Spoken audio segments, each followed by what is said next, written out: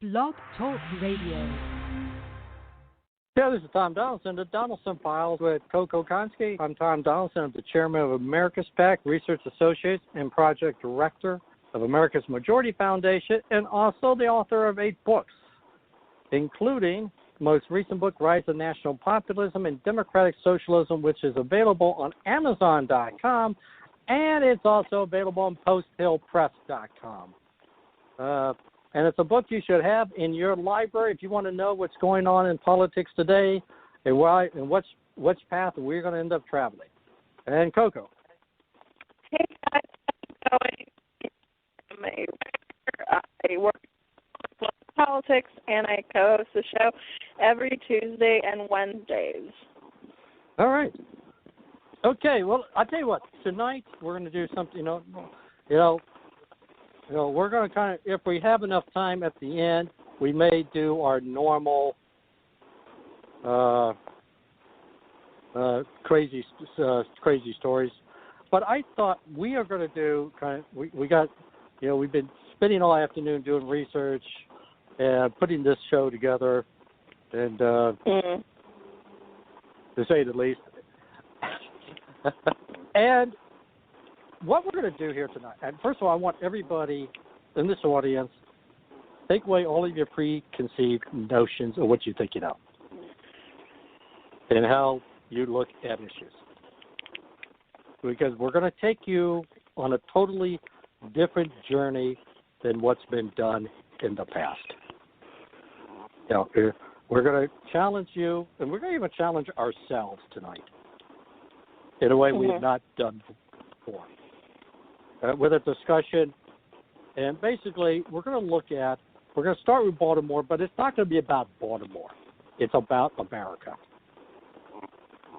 And we'll start off with this very simple fact, okay? Here's if somebody says to you, Baltimore, if you look at the ratings, murder capital, let me put it this way, the murder rate is like number 2. Number 2. And you say to yourself, and you'll say to yourself, okay, wow. But here's some very interesting statistics that I came across. Because I was sitting there thinking to myself, because New York City, the murder rate is 114. 114. Now, the District of Columbia, and I want people to listen to this carefully, because the District of Columbia is same in demographics. He's got the same demographics than Baltimore. And the murder rate is about 1/4 in Baltimore. 2 similar cities, but yet the question comes into play, well, why is one city a little bit less than the other city? It's a good, a question to ask. The other city that I want people to think about is Chicago. Now, Chicago murder rate is higher than Washington, D.C. It is 8 times higher than New York City. This is a city that's been run. Okay, for example, the mayor that just, the previous mayor was a Clinton, Obama, Rahm Emanuel, and before him it was Dick Daley, Jr. Legacy. And both of these individuals, quite frankly,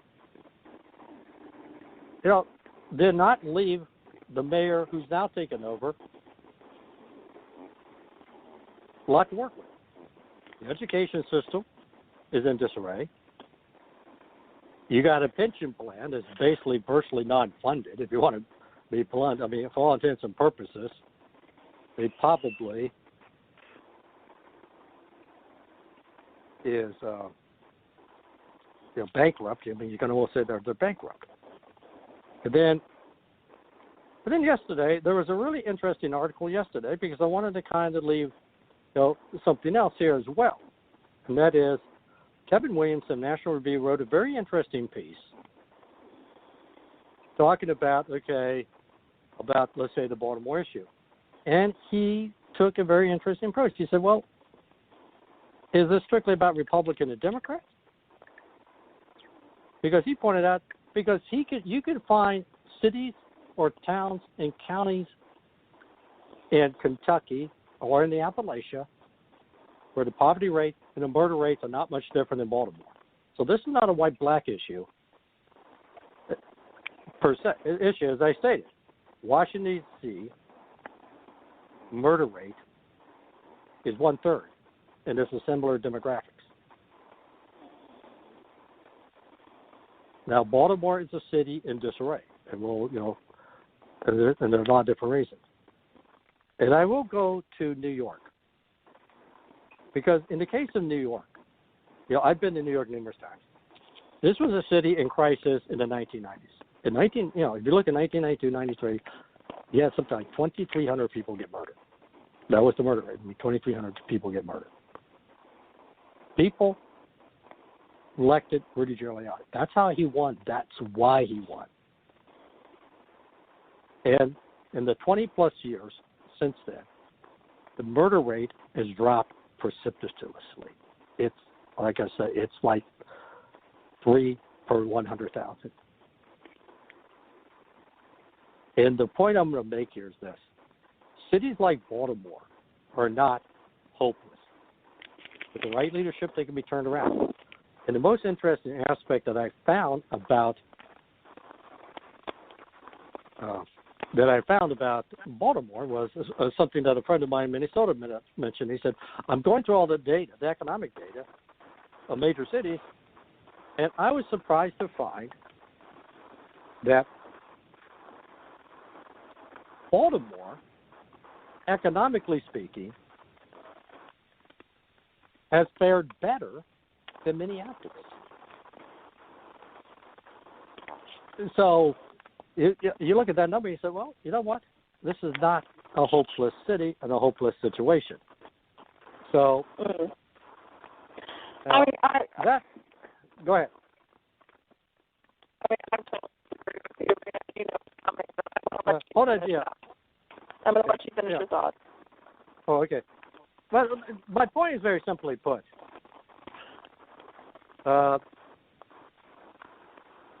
Is that what I wanted to kind of take here is my thinking tonight is this: is that there's opportunity. We're going to talk about here's what you need to know, here's the situation, and then what are the solutions? What because the challenge is there, and we'll talk more about that. And so I'm going to go ahead and let you make a couple comments, and then we'll go to our first break. And then it looks like we do have a caller on the line. Shocking. All right. Well, okay. I think you know where to go with this. I think, everyone listening knows where I'm going to go with this. And my problem is not the statistics. I mean, look, there's violence in every city, major inner city, or not inner city, but just major cities like that you look at, like Los Angeles, Chicago, New York. These are cities, and of course they're going to have violence. Of course there's going to be gangs and all that. No place is great. No place, even, suburbia isn't great. And I think my point in all this is really when a president comments and talks about, a certain, city or country, and he labels that can't even say the word, but an S-hole, people are going to be, obviously going to the conclusion that, that is just code word, for, not white. I mean, all the countries that he has spoken horribly of, all the cities he's spoken, just just ridiculous is, most of them are inner cities. Most of the people that live there are of color, and I just want to point something out right now, that, the city of Baltimore was on Forbes' list of 10 rising cities for startups, first of all. Baltimore's ranking in Entrepreneur Magazine's list of top cities for minority entrepreneurs. Johns Hopkins Hospital ranking on U.S. News and World Report 2013 to 2019 as best hospitals. And Baltimore's place in the Smart Asset study of the best cities for women in tech. I mean, there's been numerous, articles, and for Trump to, just really basically call it out as some, horrible rat-infested, I mean, listen, if we're going to talk about that, why don't we just talk about Los Angeles? Los Angeles has a huge problem. We had a typhoid outbreak in City Hall, in City Hall, okay? Why isn't he mentioning that? I mean, listen, I live in L.A., and if someone insults my city, I'm going to take it personally. I'm going to take it personally because you know what? It's my city. I love my city. I would never leave my city. And believe me, I have tried, Tom. I have tried moving to D.C., and at the end of the day, I always come back to L.A. because I love it. And I would feel very upset if a president, and I don't care if they're Republican or Democrat, but if they start talking about my city, how it's so horrible, and it's like the people there are, just awful, and it's not thriving, I'm going to be pissed off, and I'm going to provide facts for that. Wall Street Journal named it their best U.S. city for recent college grads. Thrillist, best American cities for creatives that you can actually afford to live in. Listed in Popular Mechanics, talking about the 25 best maker cities in the U.S. So there's more to know about this great American city where the neighbors are proud to live, work, build, create, and play. It all starts with a visit, So for him to say that when his own sons and daughters have have become landlords and have run literally rat-infested, apartments, it's just an insult. And by the way, real quick, because I let you add to your point, I just want to go real quick to my point. Back in the 80s, Trump was the nightmare landlord, okay? In 1981, he bought a 14-story building on prime real estate facing New York. His plan was to tear down the building and replace it with luxury condos, but he needed a small band of rent-stabilized tenants out there, okay? He even proposed sheltering homeless people in the building, which was nice. It went on for 5 years as Trump fought tenants, real estate lawyers, New York State regulators, and officials. There has been over 2,800 court documents, most of them, available at the New York State courts, that detail a fight that's now largely forgotten. In 81, Trump was already the epitome of American businessman. At 35 years old, he had cut historic multi-million-dollar land deals. He saved a blighted Midtown Manhattan subway hub and was in the process of erecting, a black frame glass beneath the Trump Tower. But there have been cases against him where, there was lawsuits, like false lawsuits he would project, rat infestation, kicking, trying to gentrify, his part of the city. And all you guys got to do is just look it up and, see the court documents. One of them said Mr. Trump is willing to resort to any device or tactic to drive out the tenants from the building. And I have experienced people like him. Okay, I lived in a place in Hollywood which is basically let's call it a slumlord. You don't have to be poor to be a slumlord. You just, And I think my point is, it's, he's talking about Baltimore being, such a piece of crap. Meanwhile, the buildings that he were running were falling apart, rat infestations, kicking, long tenants out to move in new tenants. if he's really just ganging up on Baltimore, why doesn't he gang up on every other city then? Los Angeles, Chicago, D.C. I mean, you can find, all kinds of different, problems. No city is perfect. And this to me is just a tactic on his hate against anybody that's not white. I'm sorry. Like, that's how I truly feel about this.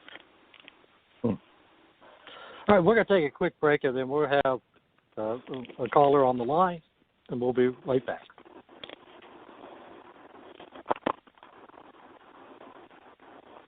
Hey, this is L.A. Bachelor reminding you, if you're looking for real discussion on sports, politics, religion, and other topics, you need to join us on Mondays at 6 p.m. Eastern at WCOMFM.org, on Tuesdays at 7 p.m. at blogtalkradio.com/LA-Bachelor, and on Thursdays at the same web address. Follow us on Facebook at Pad Nation, on Twitter, Pad Nation, the number 2, at Twitter, LinkedIn, and you can email us with your requests, your comments, your concerns, anything you want at our email address at LABachelor with a T, BATCHELOR 40@gmail.com. Follow us on Facebook and Pad Nation, Instagram, and of course, if you missed any part of our broadcast, make sure you go to thebachelorpadnetwork.com and listen and enjoy the Bachelor Pad.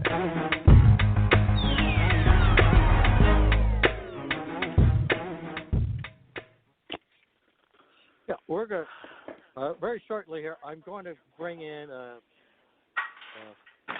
Gary Gray, who's been a longtime writer and a talk show host in his own right, and we'll bring him on in very quickly. But there's one point I want to kind of touch base with you on this.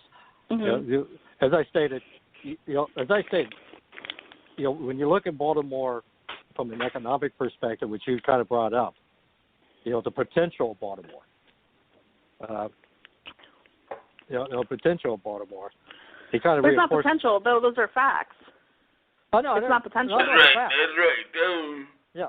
Yeah. Well, but here's the point I'm going to make. You're absolutely correct. But the overall growth is, while it's, like I say, compared to Minneapolis, better, it's still below the national average. And here's the point. Why is that? It's a good question. I would say very clearly. I would say it starts with the city leadership. I would say if you look at the taxation rates, and what they have over the years, you look at the regulatory aspects for new business coming in. Let me put this. Let me compare it, and the crime aspect does play a role. Let me give you an example of this. It does play a role in expanding growth. Let me give you an example of this. When I was at Brooklyn Sunset Park is a good example. 30 years ago, this was a war zone. I mean, literally, it was gangs, violence. Today, you go through Sunset Park. It's basically shops, restaurants, convenience stores. There's a taco truck that every night is packed, where a couple of Hispanic entrepreneurs, they put this taco truck 37th and 5th Avenue, 37th Street, 5th Avenue. And they're able to do this because they have a community that's fairly safe. They also have a community where you had mayors who said we're going to be committed to economic growth and economic development. And if you look at and that's if somebody was saying to me, what's going on with Baltimore today? Well, you've had 3 mayors that have left under clouds of corruption, and that does impact the long-term growth of the city. In other words, as you stated, the growth is there. The potential is there to take this to another level. Not just be satisfied where you are, but take it to another level. Okay, Gary. Come on, cut on in. Tom, I have a question for you. Sure. And this question is very serious. This weekend, another incident with a power rifle shot people in Gilroy, California. Now, I know you don't want any gun control, okay? I lost a cousin by gunfire, right? this has got to stop. The Republican Party has got to stop protecting the NRA. We're losing 100 people a day by guns. Okay? But the Republican Party refuses to deal with this. Okay? I want to ask you, why is that? All right, I'm going to give you my view on that, and then I'll let you I'll let both you and CoCo comment. First of all, number one, if you look at number one, let's put it in this capacity. Would gun control work? No. If you say yes, to me, it does. no, it yes, it does. You know why it does? I'm gonna tell you why it does.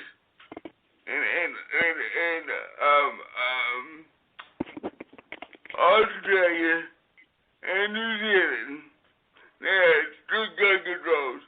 In 1996, 38 people got killed. They had gun control. Guess what? Only one incident since then. 1996 to 2019. It does work. Well, okay, I'm going to put it in this capacity. If you look at the overall, okay, because here's the, I'm looking at the overall statistics right now.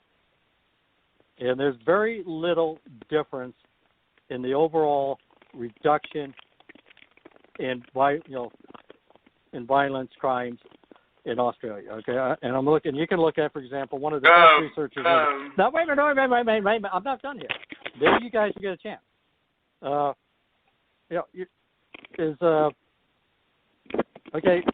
of the basically, here's the thing. Homicides have not decreased that significantly since gun buyback. Armed robberies have actually gone up slightly. And you can get these kinds of statistics. And the reality was that homicides, as a fraction of the population, was already declining before. No. Look, Gary, these are facts. How many mass murders have there been in New Zealand and Australia the past 25, 30 years? How many? And I'm saying to you, I'm saying to you, I'm looking at the actual data. The number one is that the number of homicides were already going down before the gun buyback, and that they continue to decline, not any much different than before. In other words, if the argument you're making that gun control by itself works in reducing crimes, it does not. It does work. Then this is the problem with this. This is the problem with this. Here's the bottom line. You guys want the Constitution and Second Amendment. That's what this is the problem with this. You're so worried about the Second Amendment and losing your rights. Well, you know what? In the safety of the nation, you might have to lose your rights. Well, I'm going to put it this way. It's a constitutional right that's protected. It's more than protection, but the bottom line is this. You look at the murder rates over the past 2 decades, they have declined despite the fact that gun ownership has increased 3 times. How do you explain that? If you look at where the highest crime rates are, many of them, not all of them, but many of them, are located in areas where you do have strict gun control. Gun control by itself, note by itself, I'm not saying, does not necessarily lead to decreased violence or decreased homicide. There are, for example, New York has a strict gun control, but they also have they also have been effective in the policing sector. Those are Gary. Those are facts. Those are facts. The fact is, we have seen 3 times as many guns bought, and murder rates have dropped dramatically overall. What I'm talking about is that this can be done very easily. This can be done very simple. Number one, nobody should be allowed to have an AK-47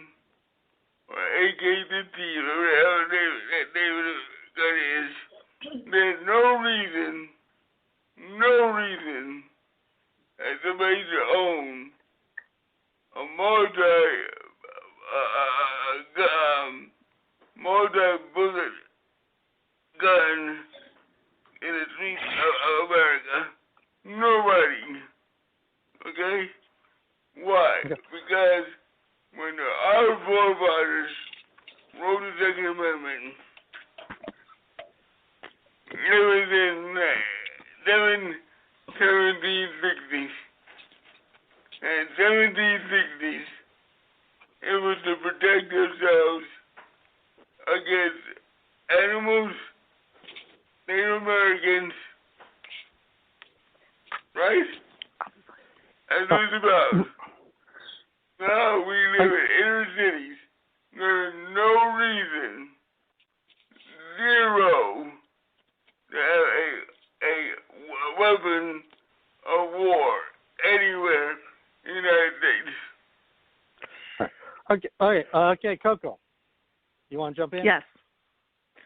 Yeah, listen, I mean, you know, the shooting that happened in Gilroy, I mean, super tragic. And I think it's, you know, I don't think people need assault weapons, you know, to protect themselves. You know, a handgun comes in perfectly fine if you want to protect yourself, okay? That's right. I mean, you know my situation where I almost got basically kidnapped a few days ago because some guy tried to get me into his car.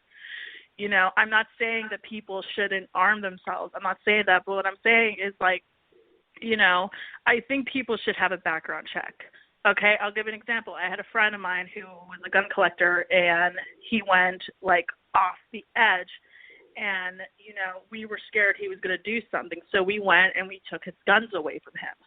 And I think people like that obviously should get a background in it, you know, pass a psych test, something, to see that you're responsible, and obviously take some lessons in it.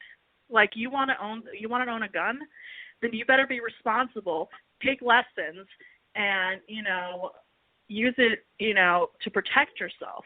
But I think someone owning an AK-47 is absolutely ludicrous. There is no reason why anybody should own one. You want to go hunting? Okay, use a rifle. Use a hunting rifle, okay? You want to, if hunting is legal where you're at, I'm not saying not to do it. You know, that's not what I'm into. But, you know, if you want to do it responsibly, you know? I mean, there's literally no reason why a kid at 17 or whatever, how old he is, should even own an AK-47. The fact that he bought it legally scares the crap out of me. Let me ask you a question. Yes. Sure. Of all the mass murders, what nationality have they been?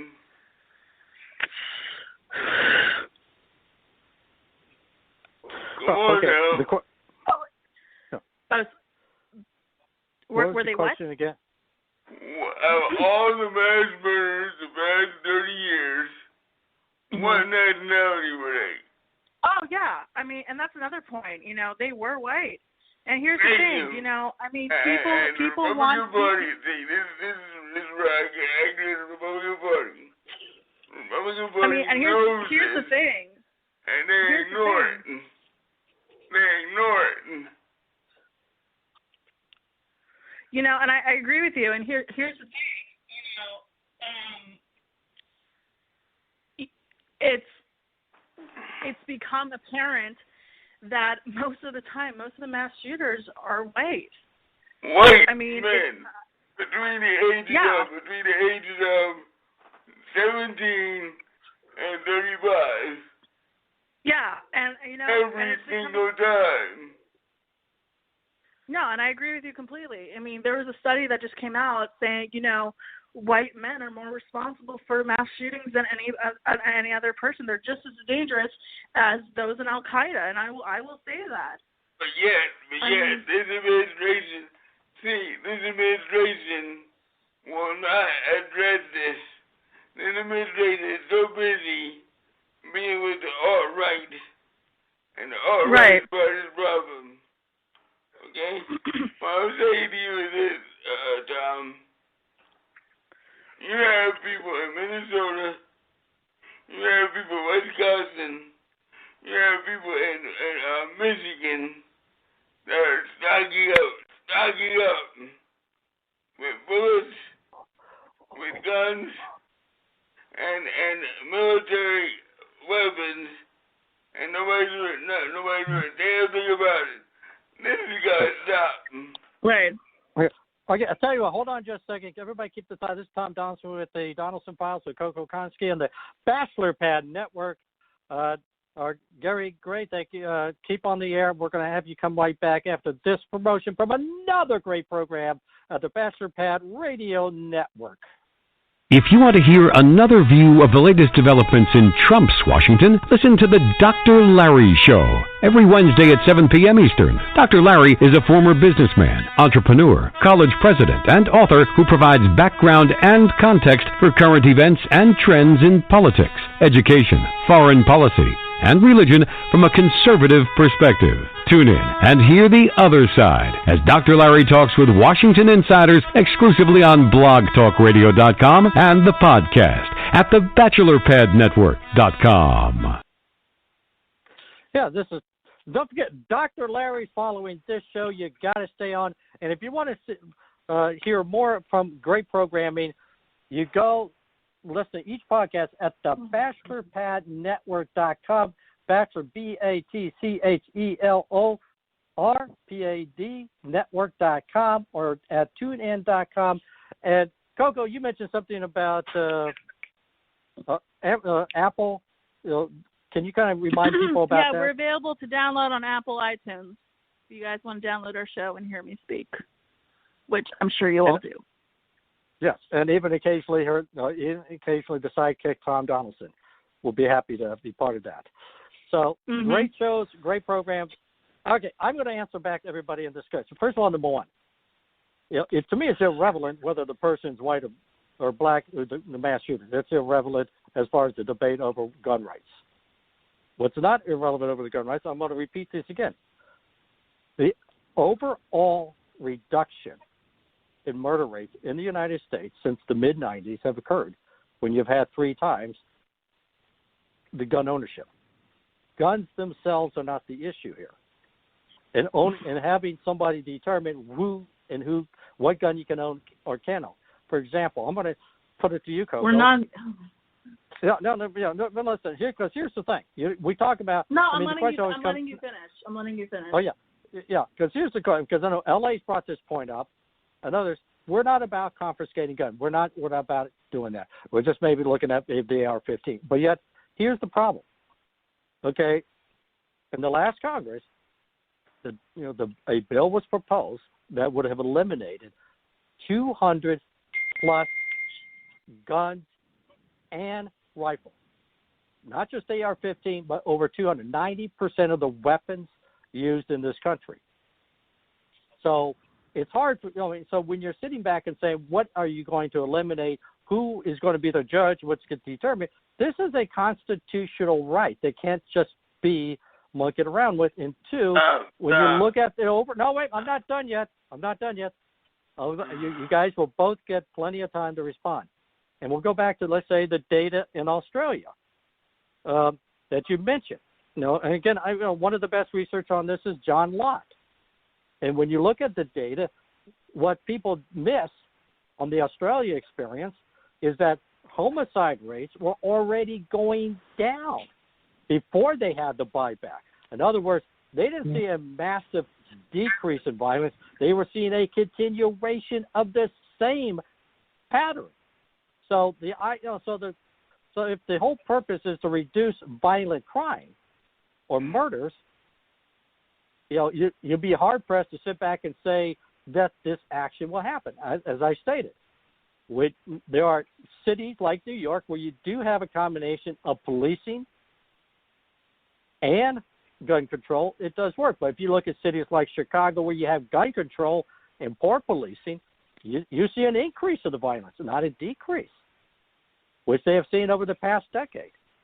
So it's whereas those other communities around, or those other states like where you don't have the same stringent gun control, have actually seen a drop in their overall gun violence. So it's not necessarily the cure-all that you guys make it out to be. And it is a constitutional right. Okay, I'm going to I'm going to let you, Gary. I'm going to give you a shot. Give CoCo a shot. Then I want to kind of ask you, Gary, another question. If you're willing to stay on, are you willing to stay on? I'm here for the hour. I'm here for the complete hour. Sounds good. All right. My thing is this. Yeah. We are losing resources by people getting shot like this. We are losing potential.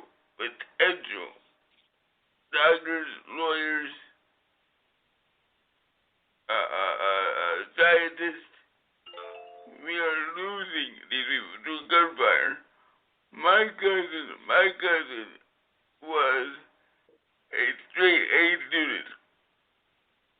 He was getting ready to go into the sciences. He no longer with us. At 24 years old, a drive-by, okay? Because of the AK-47. Alright? Now, I don't know what the solution is to this, but I'll tell you what. We can no longer lose Americans like that. For nonsense, complete nonsense. And the ability to get these guys. This 15-year-old kid went to Nevada and bought a gun and brought back to California. How did that happen? Okay? Okay, CoCo. Well, I just want to make a really quick point here. When the Founding Fathers were writing the Constitution about, right to bear arms, they weren't talking about AK-47s. They were talking about muskets. And I think if they were alive today, they would agree with me. I truly do. Well, I will say I'm going to put this. I'm going to say they would not. But I'll tell you what. But before we go any further, Gary, why don't you kind of tell people something about yourself and what you're doing? What do you mean? I mean, I'm going to say, I know you've been a writer. I know you've had your own talk. You have your own show. Do you not still have your own show? Do you not still write? I do, yeah. Okay, my name is Gary Gray. I'm from New Jersey. Born and raised in New Jersey. Moved to California. I have my own radio show and my own, I write for Black Guys Network. That's about it. I'm disabled, and I just write about politics. Mm-hmm. Okay, well, good. Because I want, like I say, you've been, because you and I, because I know I've been on shows with you in the past. I find you to be a very, sharp individual. You're certainly demonstrating that tonight Yes. with your knowledge, and I appreciate you being on the show. Now, I've got a question for you. Here's why I want to kind of change the subject a little bit, and what I wanted to kind of talk about is this: we started the show about Baltimore, but and going into these areas. But here's the question I want to throw to you: if somebody said to you, Gary, what do we need to do to look at cities like Baltimore or Chicago to make those cities better? Or let's say even your native New Jersey. I don't know. Where do you live in New Jersey? Right near Philadelphia. Near Philadelphia. Okay. Or Philadelphia. What's some of the ideas you think we should be talking about? And making these cities. This is what's happening. The United States of America has to do a better job in rebuilding its cities. I say this because of this. After World War II, you rebuilt Berlin. After World War II, you rebuilt Nagasaki. After World War II, you rebuilt Hiroshima. Right? But yet you cannot rebuild Gary, Indiana. You cannot build Chicago Southside. You cannot build Newark, New Jersey. See, in order for it to flourish, you have to put something into the product. America put money into Nagasaki. America put money into Hiroshima. Alright? But they refuse to put money into the inner cities. Like Compton, like Oakland, California. Why? Because black people are racist. Why do you think the Flint, Michigan water problem has not been solved? I'll bet you one thing, and that was Hollywood, California. It was been solved years ago. Okay? Until we stop this racial BS and be real, okay? Baltimore is a great city. Been there. Chicago is a great city. Been there. New York is a great city. I've been DC until you start dealing fairly with America Review. And this president is going to get us in real trouble. Because going after Baltimore shows me what he's all about. Okay. All right. I'm going to give you a thought here myself, because let me give you, because I'm going to talk, because it's not just about money. For example, the Baltimore got $1.8 billion as part of the Obama stimulus, and yet we didn't see the progress we needed to see. In other words, it's not just about money, but it's something else. Let me give you. You had to put people in place. You had to have people in place to put the. You can't just nobody have problems. Yeah. Okay. Yeah. Let me give you a story, and then I'm going to have the both of you coming, because this is I'm sitting there having a conversation with a gentleman who is a Turkish immigrant who owns his own coffee shop in New York. Okay. Nice fellow, works hard. And I remember asking him, have you ever thought about doing this expansion, adding some alcohol, doing this and that? And he told me, he said, in the city of New York, if I was to do those things, I have to literally go through so much regulation. It would cost me more than the money that I'm projecting to make. And that is also part of the problem. That, like CoCo brought up the idea of the entrepreneurs in Baltimore. But how many of these entrepreneurs are being stifled across the country in cities where literally, they're they're literally basically not allowed to expand or even begin. Some of these cities, it literally takes you half a year just to get the right license to get started. The number of people who are now being licensed have increased tenfold. In other words, for example, to be a cosmetologist or to be a hairdresser or to be a masseuse or some of these things, you'd be surprised at the number of regulations you have to go through just to start your business. And these two are factors that comes into play. That's just, I'm just giving you an example there. I can also, other examples as well. I mean, in the state of Illinois, for example, you got more government officials per population than probably anybody else. You got duplication. These people are duplicating each other. And it's impacting the state of Illinois because they're literally having an exodus out the door, including in Chicago, where you're seeing the loss of population, of the quality of people who are saying, I'm going elsewhere to take my skills. I mean, those are some of the issues as well that I see. When I, because I do get a chance when I go to these cities. Look at the per capita, and look at the states of per capita where they are.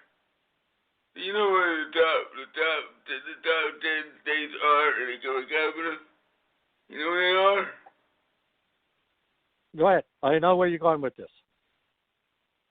Maryland, New Jersey, Hawaii, Massachusetts, Connecticut, New Hampshire, Alaska, California, Virginia, and Washington State. You know what those ones are? You know what those ones are? They're all in the South. Every single one of them. South Carolina, Georgia, Alabama, Mississippi, Arkansas, Louisiana, Kentucky, and West Virginia. And you know how much the percentage? Less than 20% in those states. See, and where is Trump based? Where is his base at? In the South. Yeah. Okay. Now let me give you the other side of that story.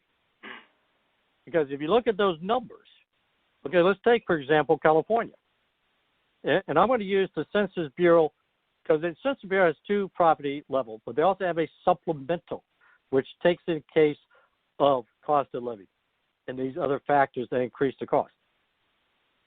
And in fact, in California, it's the number one out of every 5 live in poverty. Not only that, when you look at that $77,000 or $78,000, when you put in the cost of living, that's because this is what capitalism does. Capitalism is an evil empire. I will tell you why. San Jose, California is a classic example of that. San Jose, California was a small town 50 years ago. Alright? San Jose, California is one of the biggest growing towns in California today. Why? Because Google and Yahoo have moved in town. Google and Yahoo bought all the land. And when they bought that land, what do? They raise the price of rent. Okay? The average rent for one bedroom is almost $2,000 a month. Okay? Where do people go? They move out of state. There are more people moving out of California than moving into California. Why? Because it costs too much. All right, well, okay. Yeah, well, here's my point. You're bringing per capita income, but you've also brought out another point, namely, and why is the cost of living so high? Part of the reason is you've got restrictions on growth on building homes. That plays a big factor. I can tell you that. That plays a yes, it does. Is taking over. No, and I'm saying to you that part of the issue that involves that is that when you look at those numbers, as an example, is that means in effect. I mean, okay, you look at those numbers. It's not just like I say. This is the reason why I say you look at the supplemental poverty rate and you look at the cost of living indexes and that 77 to 78, 80,000 that you live in California. Well, no, it's not. You're not middle. You're not middle class. You're barely making ends meet. I guarantee you one thing: you come in the Midwest. I can tell you, if you pay $2,000, I'm going to tell you. Here's the thing: you pay $2,000 per month on rent for a 2-bedroom apartment, maybe in L.A. You come to like say Cedar Rapids, Iowa, which is fairly prosperous and growing. You're buying a 4-bedroom, 5-bedroom, 3-car garage with a yard. Look,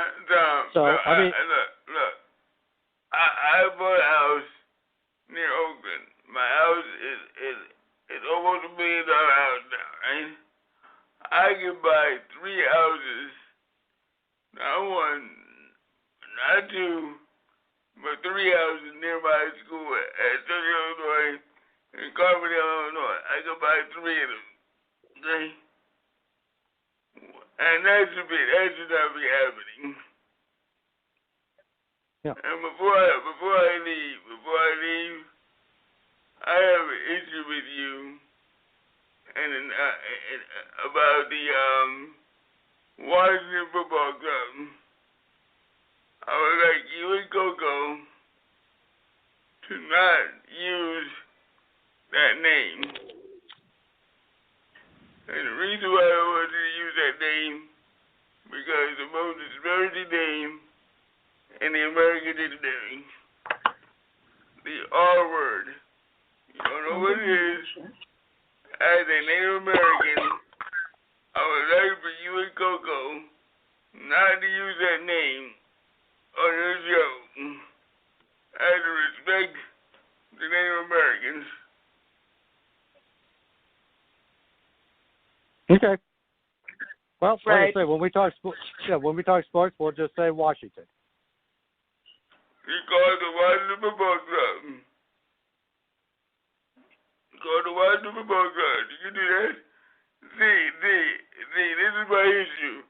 As a Native American, we had to speak out. In 1960, there were 5,000 schools with that name. In 2019, guess what? It's under 200. Okay? By the end of this decade, we're going to name down to 0. Alright? Because that name, if you look at the name, that name is the most disgusting, dehumanizing, and disgraceful name on the planet. Thank you for your time. Well, thank you. Thank you so much for calling. Yeah. Well, before you leave, Gary, tell everybody how they can keep a tabs on you. You go on the Gun Over Go radio show every Saturday at 1 p.m. Pacific time, 4 in the East. Go ahead, 646-727-3649. Or you can write email at glcgray@gmail.com, or you can get Black Athlete Sports Network, blackathletenewsroom.com. I have an article online right now that is a letter to America, from a 4-part series, a letter to America by a black man. All right. Well, thank you very much, Gary. I appreciate you adding to the show. I want to thank you for doing this. We've got about 7 minutes left. Okay. CoCo. So thank you very much. Okay, CoCo, you got any additional comments? No, I mean, I agree like 100% with what Gary was saying. Totally made sense to me. And I think our viewers really got, to hear both our opinions on this subject matter. Yeah. I think, like I said, I think this was a excellent program. To tell you what, I'll tell you, LA, are you there? I'd like to kind of bring you in as well. What did you got any comments? What do you think of tonight, what we've done and what we accomplished? Because I know we had a long series of conversation all day, how best to put this baby together. Oh. LA. Can you hear me? Oh, okay. Well. Okay. I thought this was an excellent program, and we got about 5 minutes left. We both got our points across when it came to this decision. So I guess before we go, is there anything that you got that you're working on that you can share? Because I know a lot of stuff is not right now. Not right now, but I am working on something. So when I am ready to share it, I will. I saw the debates last night. That was something we need to talk about on next show. Yeah. I was just saying, real quick question. What was your initial impression when your initial impression? Oh, she murdered John Delaney, brought him back to life, and murdered him again. Which one is that? What, Elizabeth? Yes, Elizabeth Warren. I was really impressed by her. I will say. Yeah. I think she's a great speaker. I was very impressed. I tell you what. I mean, last night was it was kind of interesting because basically what really intrigued me was the fact that Bernie and Elizabeth, Sanders and Warren, did not go after each other. They basically, it was kind of that interesting thing, and it's going to be interesting to see how this plays out in the general election. Again, we're going to talk more about this next week when we got both debates and we can, sit back and think more about it. But I thought, I tell you the way, I don't know. Again, it's going to be interesting to see how it plays out in the sense that,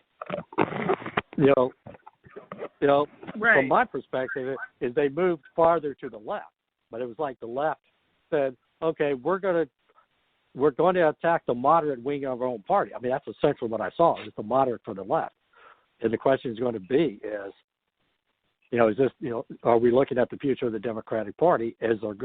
Maybe the question that people, let me put it this way, people, always ask me, what's the Republican Party going to be like? And my question, I'm now thinking about throwing back is there going to be any rooms left for moderates? I don't know. Yeah. So, all right. By the way, I'm going to bring on L.A. Bachelor is going to join us. So, L.A., we got about 2 or 3 minutes left, so go right at it. Not even that long, Tom, and I know you have my mic on, but in any event, I just wanted to make the comment. Like I said, I heard all the discussions, and I know Gary's passionate in what he believes, and CoCo and yourself. My initial conversation again yesterday is you have to distinguish policy from racism. If we want to have conversations and you want to talk about, how Democrats in certain cities and states and things have really done a poor job in certain cities and states, that's a conversation we can certainly have. But it's very offensive for this president to say what he said, because when you attack Elijah Cummings, when you say certain people are living in sort of hell, if you will, then that's personal. As a black man, that's very personal. When Hillary said deplorables about Trump supporters, your side went crazy, like absolutely crazy with that. And how dare she say that? And, this is the same thing. You cannot have a sitting president making these comments because you are supposed to be, ideally, the president of all people. So you can't, when you say hell and roaches and rats and infestation or anything like that, and then the next, I'm not saying that he said it exactly after, but when you connect that with African Americans, there's your perception. We always talk about perception, Tom. It's all about the perception. People hear welfare, there's a black face on it all the time. So there has, if he is so concerned and so disgusted with how ethnic group lives, then do something about it. Where's your policies? Back it up. But don't call people out and don't do anything about it. That's the conversation you and I had off the air. That's the conversation I'm saying to you right now. Yeah. Well, I'll tell you what, I'm not going to follow up on that because we're like at the last minute of this. I'm going to let you have that last word there. And so this is Tom Donelson with CoCo Konski. This is the Donelson Files. And we thank you very much for being part of the show. Next Tuesday, come back, 6 p.m. Eastern Standard Time, CoCo. Once again, thank you very much for being part of this always. And we'll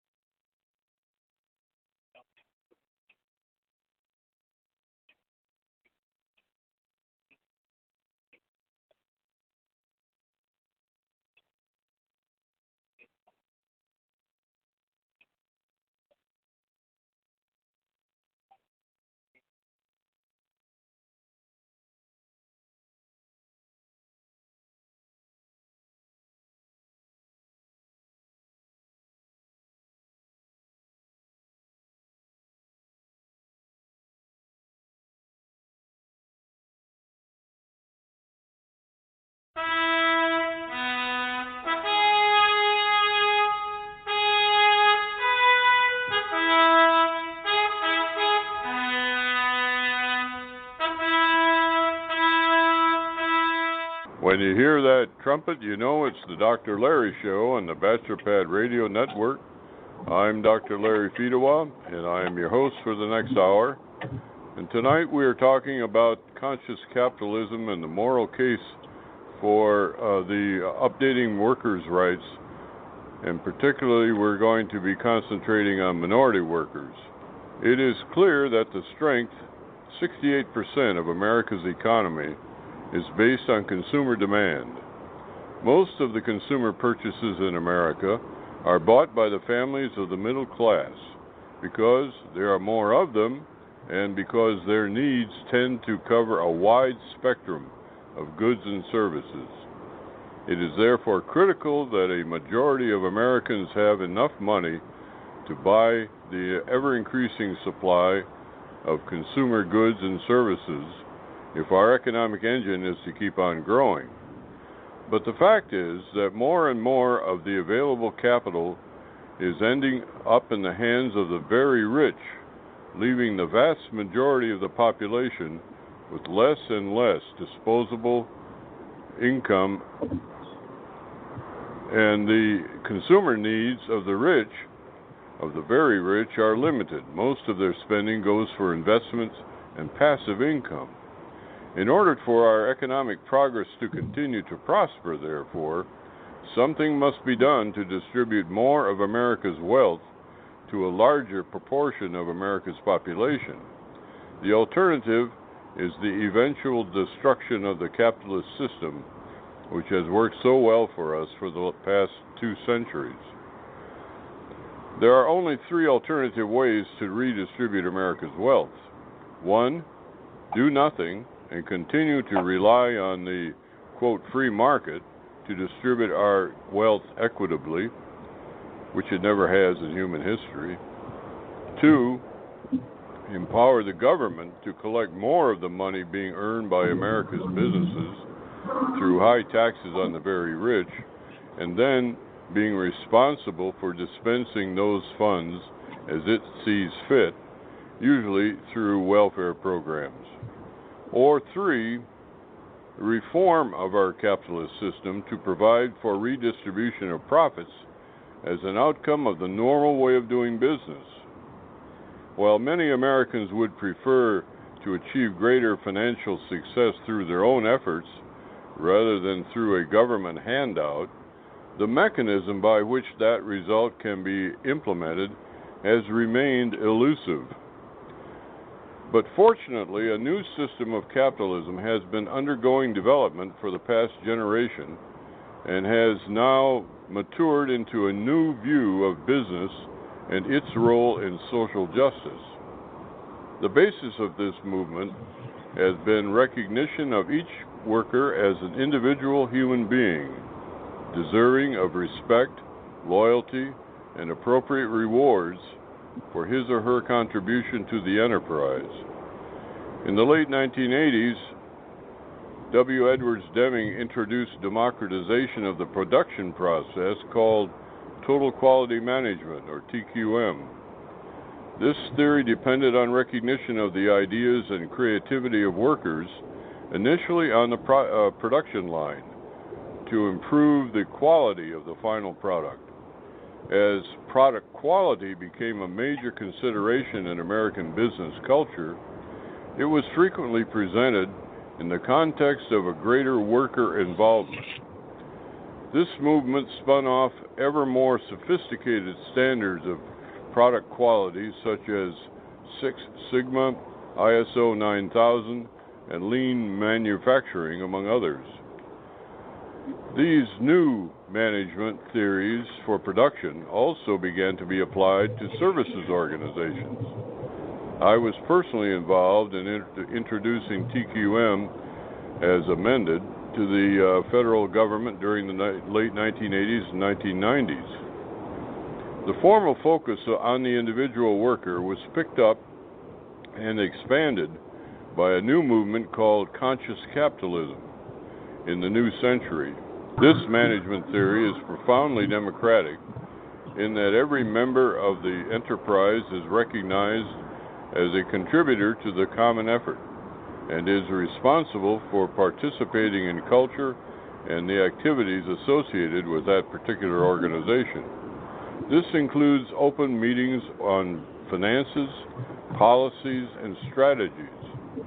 A bedrock belief of a conscious capitalist is that profit is not the purpose of the business, but a necessary precondition for the achievement of the true mission of the company.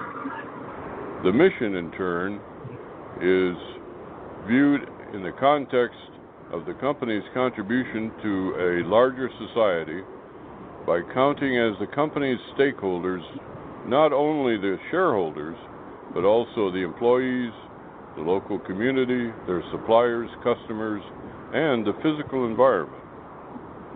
Conscious companies, as they call themselves, have been proven on average to be surprisingly successful in financial terms because of several factors. First, their marketing is supported by faithful long-term customers and suppliers.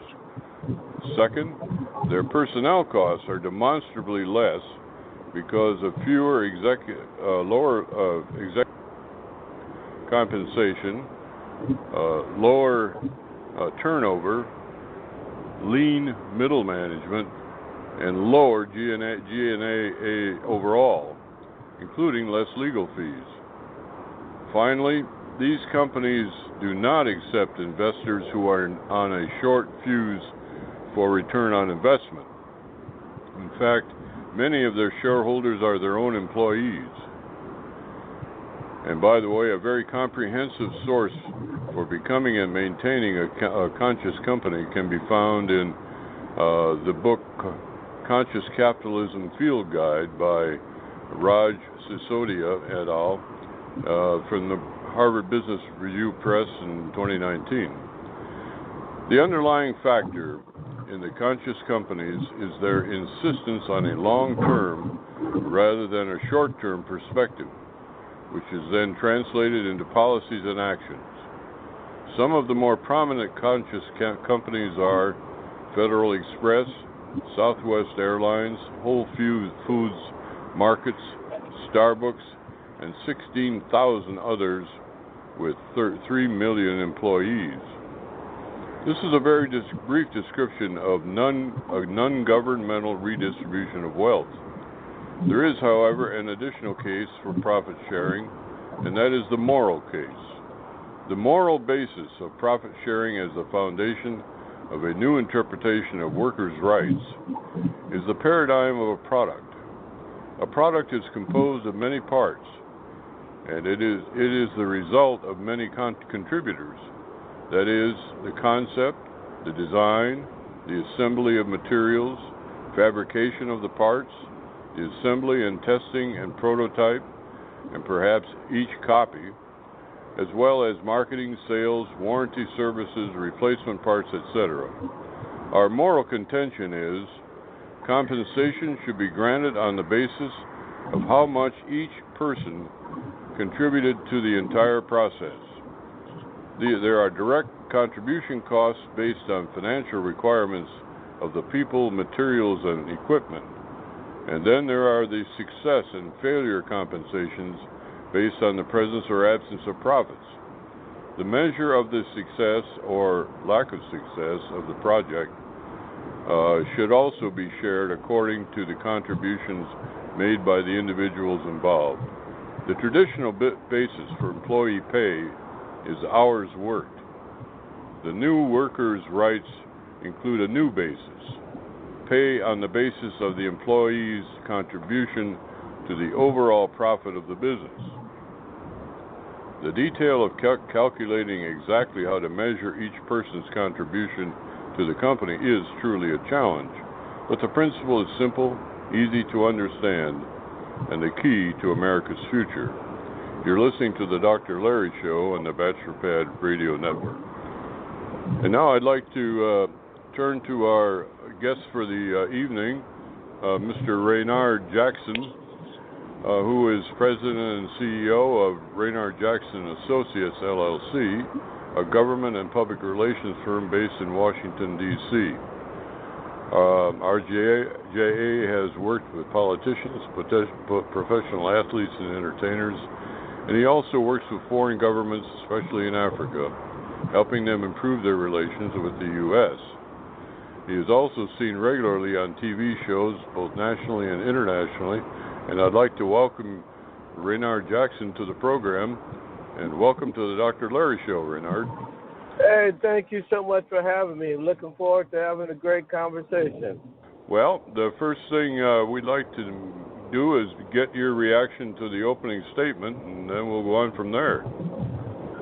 Well, I find it interesting that you mentioned about the profit motive during your opening statement in light of this seeming obsessively hateful view of profit from the Democrats running for president. It's almost like they want to penalize you for being successful by way of taxing you out of existence and out of business. And if you lose your business, how are they going to pay for all these programs that they claim are going to be free? Well, we all know the government can't produce profits, and profits only taxes all come from profits. So if we don't have profits, we don't have anything. Exactly. So you've had a lot of experience with these various situations that we're facing now in terms of the Democrat.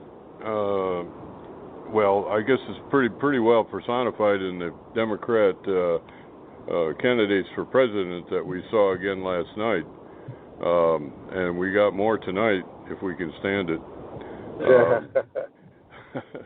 So I guess the thing that is just so surprising to me is that well, number one, I think they do have a point when it comes to this distribution of wealth problem.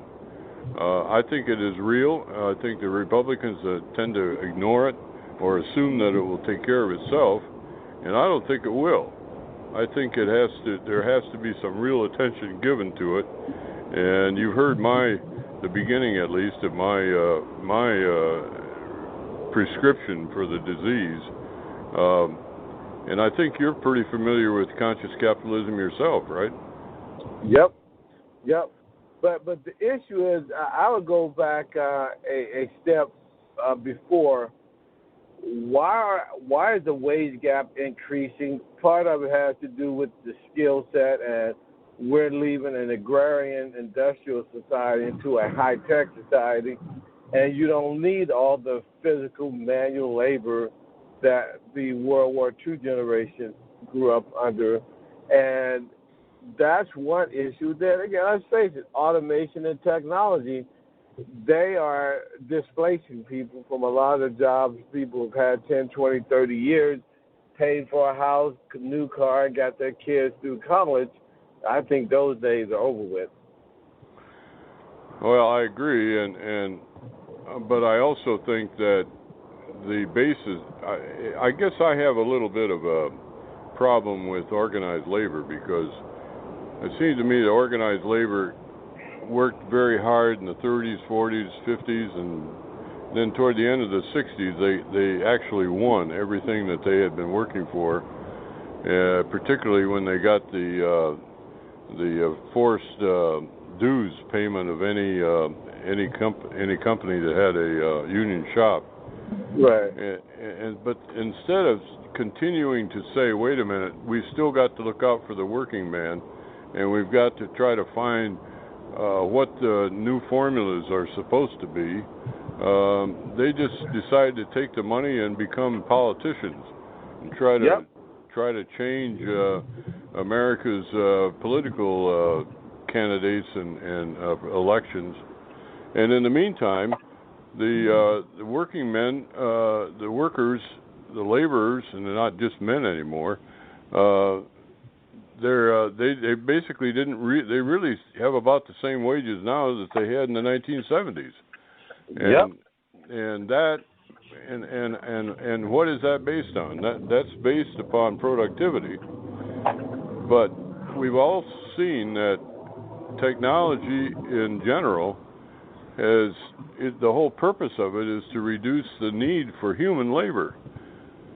So that means that if you succeed and you reduce the need for human labor, then shouldn't everybody benefit from that, including the people that put those new products on the market? Well, but that these people you're describing, Larry, did they put anything at risk? That's what entrepreneurs do. They put things at risk for a return on their investment. If you are a laborer or an employee, you offer a product or service that company is willing to pay a fair market wage for, and if you get rich, so be it. That's because of your skill set. But to me, workers do not have a constitutional right to be wealthy because they work. An employer's job is to maximize shareholders' value. So if he is a smart employer, he's going to make sure his employees are paid a wage that they're happy with so that they can produce a quality product or service for them. Yeah, but if the purpose of technology is to reduce the need for human labor, what is the alternative? That's not. Well, no, I don't think that's the purpose of technology. The purpose of technology is to allow a business to become more efficient. Now, that could be either with human capital or technological capital. But to become more efficient usually means that, virtually all of our technology has had as its one of its principal benefits is the increase in productivity, which means the increase of profits per unit of labor. And that means also labor saving. But that also means your employees have become better educated and better skilled as well. Because if you look at the assembly lines in Detroit now for the auto industry, basically you're no longer doing a lot of the heavy manual lifting and labor of the auto industry of old. You still have people on the assembly line, but they're more computer operated. So they are a hybrid between the muscle of the old industrial assembly line worker and the technological aspect of a high-tech assembly line. So they're more of a hybrid, and because they're better educated, better trained, got better skills, they make more money. But the flip side of it is that the auto industry may need to hire fewer people, but those who remain are better skilled. Therefore, they're better trained and more efficient. Well, I guess where I'm going is that if saving labor is one of the principal outcomes of productivity, then the alternative to having to work, having to expend human labor ought to be expanding leisure. That's been the effect of labor-saving devices. I always talk about the reason it's not an accident that female suffrage started after the Civil War when tin cans and sewing machines came into vogue. The women had more time, and that's when they began the whole suffrage thing. But that's just symptomatic of the entire history of technology. When people get more time, they do more interesting things, including some leisure things. Well, yeah, I'm fine with that as long as that is a function of the marketplace.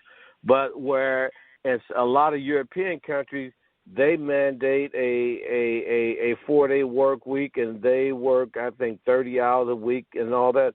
I say that is a function for the marketplace, not for the government.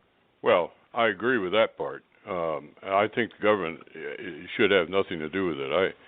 I was involved with helping the government as a contractor for many years, and if I came to any conclusion, it is that if you want to really get something screwed up, give it to the government. No question. So I think we ought to step aside for a second, and you're listening to the Dr. Larry Show on Bachelor Radio Network. If you wish to hear the podcast of each of our programs, you can do that on the website of www.bachelorpadnetwork.com and look under Dr. Larry Show or any of the other shows that you hear on this network. And we're talking to Raynard Jackson, who is a political consultant and has worked nationally and internationally and is a real veteran of all these election wars we've been in for, a long time, right? Oh, no question. No question. So I guess my point is that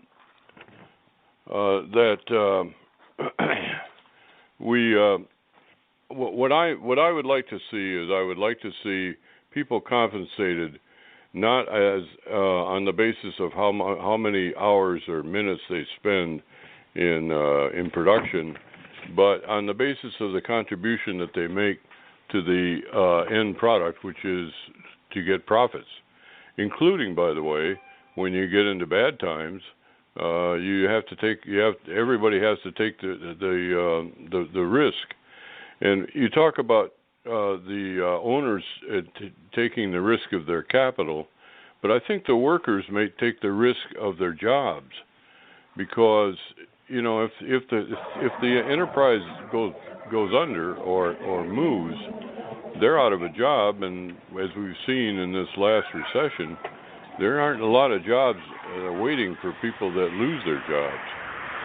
And I think that is as big a risk as your livelihood is really as big a risk for me and for the average worker as it is for the investor who invests his excess capital in stocks, bonds, and whatever. I guess that's kind of where I'm coming from. What I don't have a problem with that. Again, my whole basis for everything we're talking about is the marketplace being the driving force. I don't want the government coming into a private company with all these mandates and thou shalt nots. That is not the government's business. Now, if the employer is abusing the workforce, okay, then I'll entertain some intervention, but the marketplace is the better referee than the federal government. I absolutely agree with that, and I also see that job of referee as more as part of the role of the new organized labor. It seems to me that labor can play two roles in this new world, at least. One is they can help the transition from the old factory-oriented kind of capitalism to the new conscious type of capitalism. By helping companies, not everybody's going to do this all at once. So right. They're going to need help, and I think the labor movement can supply that help very adequately because of their national scope. But the other thing is, if you get companies that refuse to reform and to treat their laborers right, they can actually come in and do what they've always done, and that is organize them and do the whole adversarial thing. I think that's labor's place at the table in this new world. Yeah, but I slightly disagree in the sense that labor has become more of a political entity than an entity that's looking out for the well-being of the worker, because they are so embedded with the Democratic Party. They want to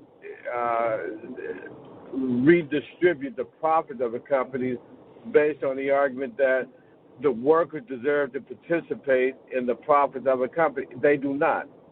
the company, the employees did not start the company, so they do not of necessity have a right to participate. Let the owner of the company decide if any participation is warranted. In his case, I mean, you have a job. You're paid to do your job, and if I pay you to do your job, how dare you come and tell me what else you want? If you're that valuable and talented and skilled, then go to my competition. They will immediately recognize your skills and give you all the things you're demanding of me. But let the marketplace be the determining judge in that. Well, that's not the spirit of this new movement. This new movement says if you join my company, then you automatically have a place at my table, and therefore I'd like to, as soon as we can establish mutual trust, I would like to consider you as part of my company, or at least in my family or my tribe anyway. This is a whole new. This is a really, as you know, it's a radical rethinking of capitalism. It's going to fail if it goes forward, because that's how that's what I call mission creep. You start out with this wacky idea and it morphs into socialism, which is their ultimate goal. They think they have a right to the profit of a company, even though they put no risk capital on the table. Well, I guess we have to agree to disagree on that, because I think that is what the new generation people want. They want to belong to something. They want to be doing something that transcends the idea of just getting money for going to work for 40 hours a week. And this idea that the mission of the business is to make a social contribution to something, even whether it's new pillows to help you sleep better, or whether it's a car that has a more efficient engine, or whatever it is, it supplies a certain need that certain people in the larger community need, and that they can get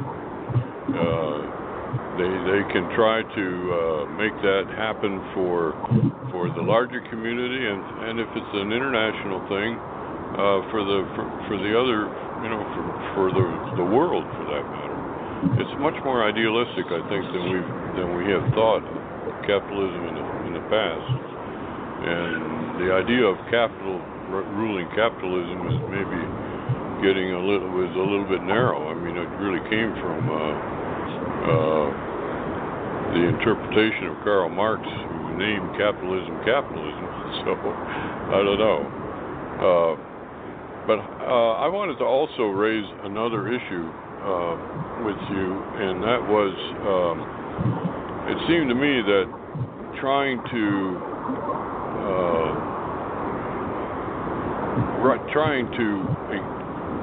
change the electoral landscape, the most obvious way to do that, if you're a Republican, is right now is to see if you can't penetrate your influence more with the African American community or communities, as well as the Hispanic groups. And friends of mine have pointed out that black people and black communities in many cases are just sort of natural Republicans. They're God-fearing, law-abiding, family people, and they want to work hard and grow up straight. And there's a strong moral spirit that motivates many of the people in those communities. It's the same thing is true of the Hispanics, really. But you've got a lot of personal experience with this sort of thing, and I'd really like to hear your opinion on it. Well, yeah, I have probably more experience than I wanted in this area, unfortunately. So I wish I didn't have this type of experience. That means we're doing a lot better with this. But see, again, if the employees want to participate in the profits in the company, what are they putting at risk to justify that? Number one. Number two, it's always amazing to me that employees who don't start their own business, they are quick to tell you what their rights are and what their demands are. Well, I mean, I'd much rather these individuals with all these demands start their own company, and then they can do what the heck they want to do with the company, their employees, pay them all the exorbitant wages that they demand. Let's see how they feel about it when they have to pay payroll every week. Well, I guess my response to that is that what they're contributing is their time and their talent, and more time with them than they actually spend with you spend more time with your fellow workers than you do with your family. And yep. if you do that, and if you are sincere about it, and you work hard, and you're risking basically your life. You're risking your time. You're investing your time and your talent in a cause that you really believe in. And if you don't really believe in it, then you're probably in the wrong place. Well, yeah, I agree with you on that. But again, the number one purpose for any business is to maximize shareholders' value. Whether it's an individual, LLC, partnership, you got to maximize shareholders' value, period. It has nothing to do with paying Susie a livable wage. It has nothing to do with giving your kid a scholarship for college or anything like that. It has to do with maximizing shareholder value. That is the singular objective of any entrepreneur. Well, Milton Freeman would be proud of you. Uncle Milty. That's right.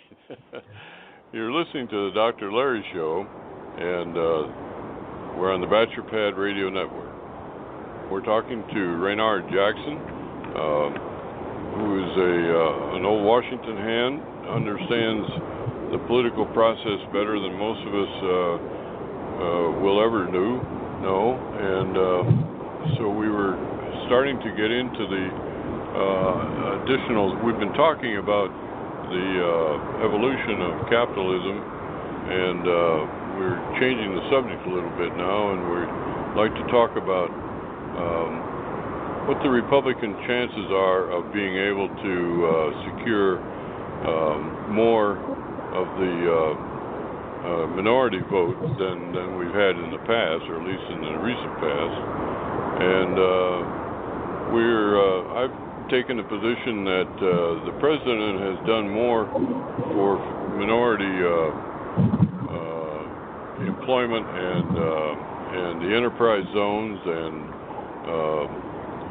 I was listening to Senator Tim Scott the other night, and he was talking about the enterprise zone have increased wages in the there's 6 million new jobs approximately that have come about during the Trump administration. About 1 million of those have been for African Americans, and 2 million of them have been for minorities, which means that half of the 6 million are people that are minority folks have benefited from this prosperity that has come about. And a couple of other factors that are pretty interesting is the economists are telling us that there have been 8% increase in take-home pay, and that's because of the tightening market, labor market. It means people have to pay higher wages. And then secondly, that the enterprise zone, which as we know is really the worst part of the big cities in America for the most part, that the property values have gone up 20% since they've gotten something, you probably know the number, but I think he said something like $3 billion or $300 billion. I don't know the exact number, but of a large number of investments now, people taking the tax benefits and investing their money in the inner cities instead of paying the taxes. All of these things, it seemed to me, are laying a table that ought to be pretty interesting and attractive to a lot of the minority communities. Yeah, but again, Larry, Republicans and conservatives are borderline incompetent when it comes to communication. Yep, that's their Achilles heel. Yeah, I guess I've been advocating that the president can't do it by himself. He's got to have all these guys that are running for all these gals that are running for all these offices.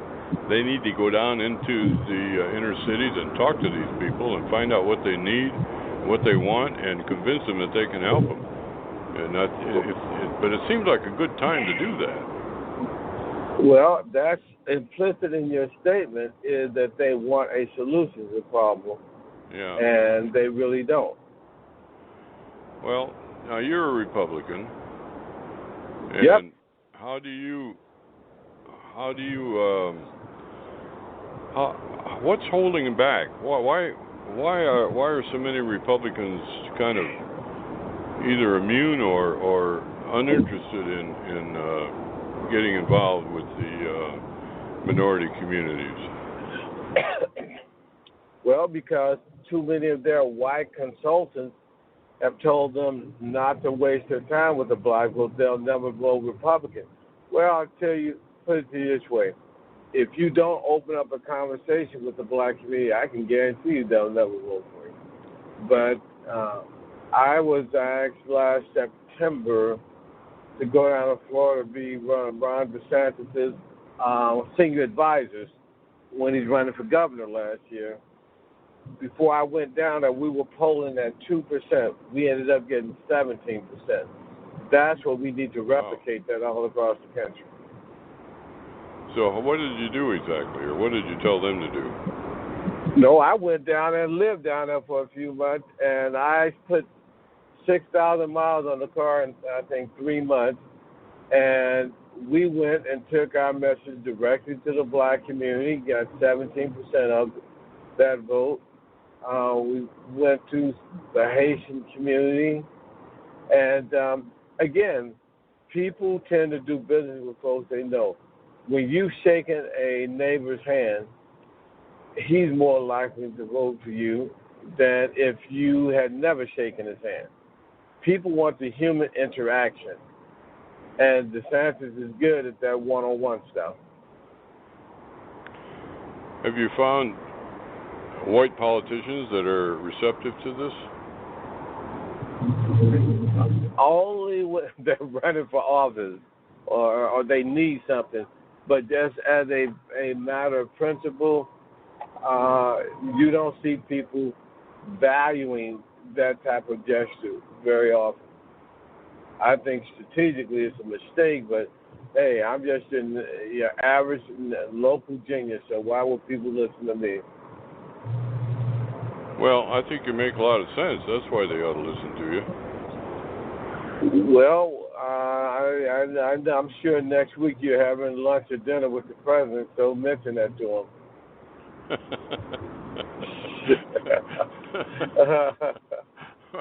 Yeah, well, he's stepping on his own message, though, isn't he, sometimes? Well, I'm doing it quite efficiently, too. Yeah. In fact, more efficient than I care for it to be. Yeah. Boy, I agree with that. But, I always tell the story about the guy with the squirrels in his basement. and this couple went away for a vacation, and they came back 2 weeks later, and they found that there were squirrels in their basement, and they couldn't get rid of them, and they kept flying, and so he went and he talked to the animal control people in the town hall, and they don't want to mess around with squirrels in the basement. And then he thought he talked to the exterminators that are the commercial people, and no, there isn't anybody there that knows how to get squirrels out of your basement. And finally, somebody said to him, "Well, there's this old guy down the street, and he doesn't look very good, and he takes a drink or two now and then, but boy, he sure knows what to do with squirrels." So he went and he got this old guy, and he found he was kind of rough, but he took him down there, and by George, in a little while, all the squirrels were gone in the basement. So he said, I don't care what the guy looks like, as long as he can get the job done. And that's kind of what I figure the way I look at the president. Right. Well, yeah, I agree with that assessment 100%. If you're going to get bent out of shape every time he tweets something that you consider negative or offensive, you will spend your whole life being upset. So just keep your eye on the prize, and everything will be okay. So is there any organized or is there any group of Republican operatives that are spreading the same story that you are about getting into the minority communities, or is it you are kind of a lone wolf? Well, a lone wolf in the sense that I'm probably one of the few blacks that have their own established media network where people can call and get me on one of their shows, and we have a lively discussion. Even if we disagree, we agree to disagree agreeably, and go out to lunch or dinner. And so most people that you would probably see in the media on Fox, the blacks they have there, are not ready for prime time. And that's putting it mildly. Is there anything we could do to encourage that? Well, you folks can go to my website, number one, BAFBF.org, Black Americans for a Better Future, or just Google my name. All my other social media comes up. But the biggest thing is to just do what you're doing, have people like me on your show, because there are a lot of other people like me out here, but we can't continue to wait on third parties to tell our stories. We got to tell them ourselves. Well, you're not the only black Republican. Is there any organization or any is there any nucleus of people that get together and kind of trade ideas and try to establish a bigger bridge?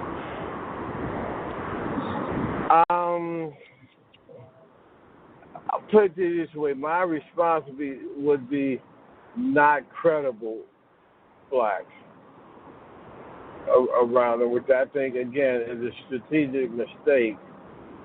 But there are tons of blacks all over the country who are with us, and they're sitting in silence because the party, again, doesn't make us feel welcomed in the party.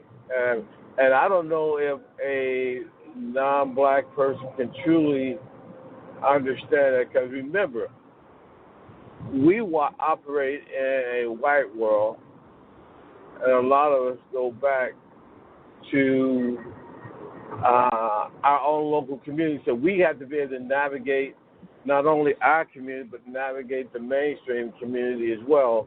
And so I tell candidates all the time, if you got limited budget and you have to hire a staffer with a black person, you get a 3 for. Yeah. And so I don't know of how many of them really get what I'm saying, but it's just so obvious to me. But I may have to do a little bit more educating them. Well, I mean, it seems like if, let's say, you got Tim Scott and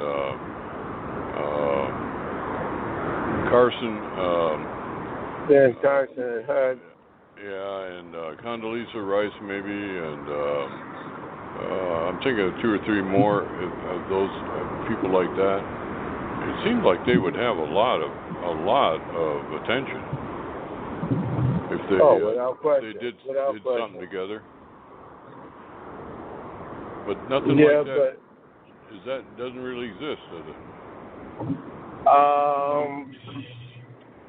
No, it does not. It does not. And that's unfortunate that we need something desperately like that. Because there aren't very many white Americans that would refuse to, speak to give a speech or to invite a group like that to people of that caliber to, they'd give them damn everything they want. Right, exactly. But again, the party and conservatives, they have to take this issue more seriously, meaning they're going to have to spend time, money, and effort to cultivate the vote. And believe me, once you cultivate the vote, you can take care of all the political issues in the world. Yeah, and you can't do anything if you're not in power, right? Right, exactly. Yep. You're listening to the Dr. Larry Show on the Bachelor Pad Radio Network. Our guest is Raynard Jackson, and we are talking about how the Republicans might be able to attract more black votes. And it sounds like we're running into kind of a brick wall here.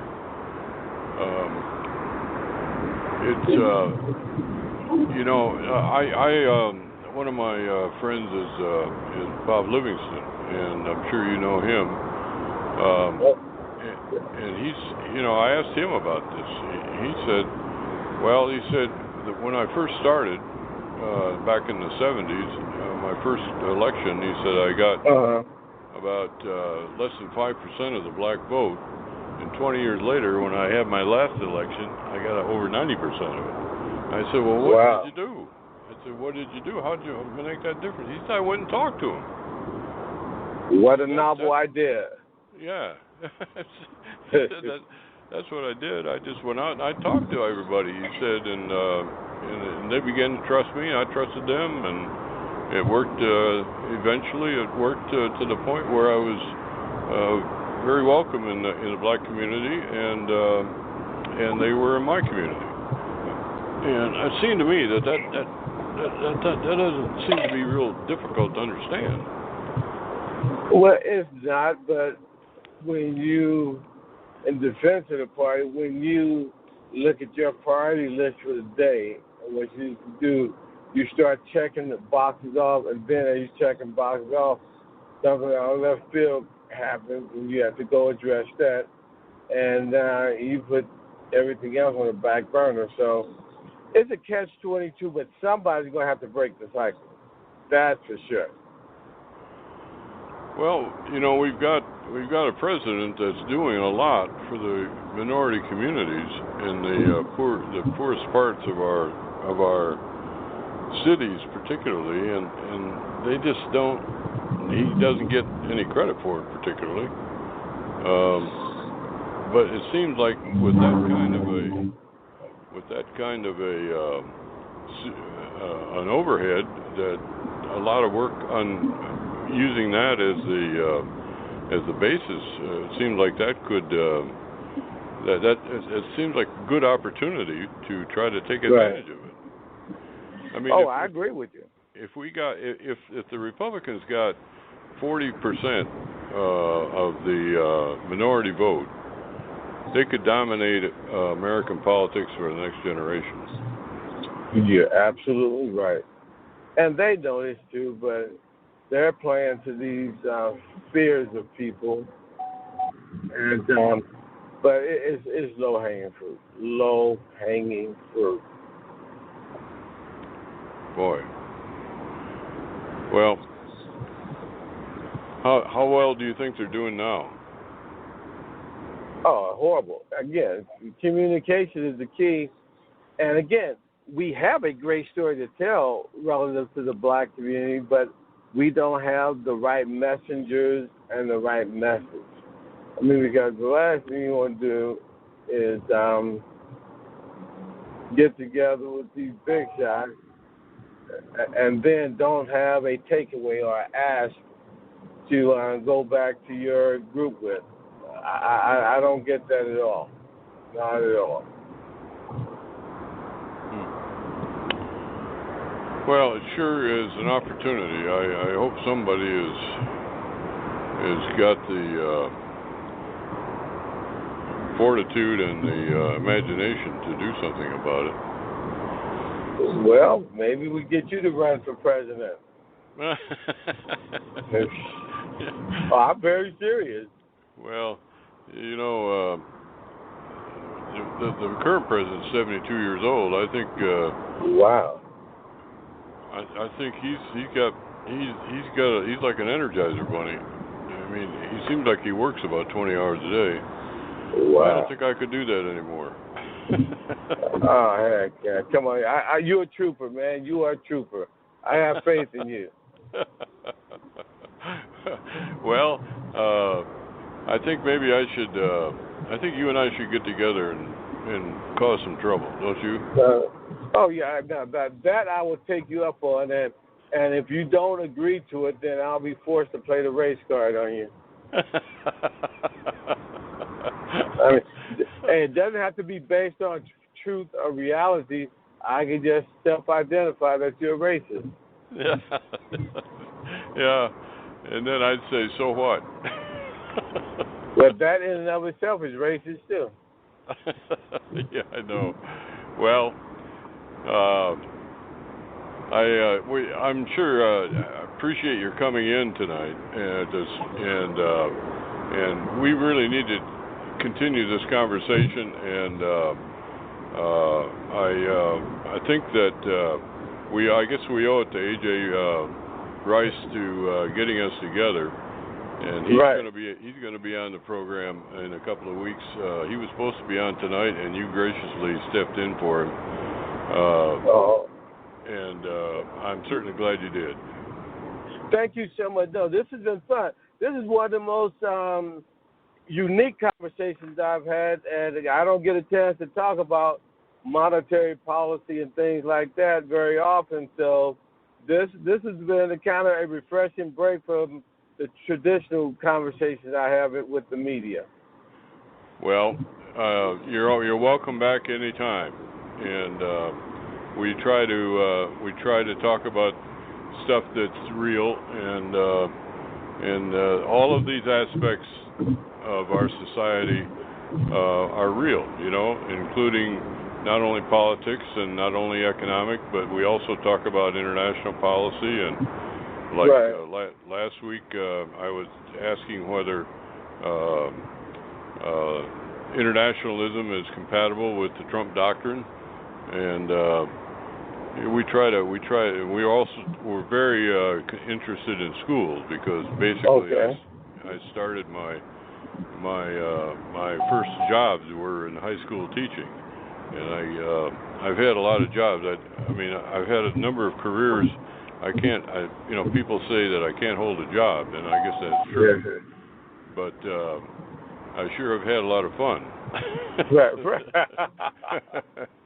Well, that's a job in itself. That's right. It's like somebody said, what's the goal of all this? The goal is I'd be happy. Right. So, anyway, we thank you for coming on, and to our audience, we are glad that you stayed with us, and we hope to see you again next year, next week. I mean, see, this man has got me all confused. So we are. You're listening to the Dr. Larry Show, and you can follow me on my website is drlarryonline.com, and also on the bachelorpadnetwork.com, which has all the podcasts that of all our. And so we would like to say good night and God bless America. Thank you so much, and I enjoyed your show. Thank you, sir.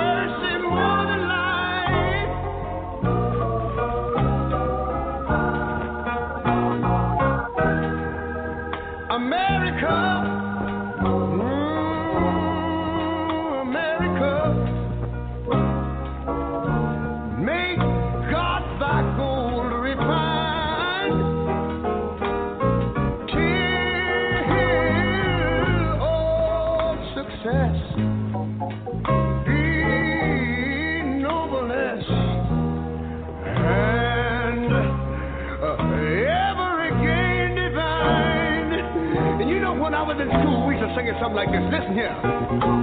Oh, beautiful, far spacious skies, far amber waves of grain,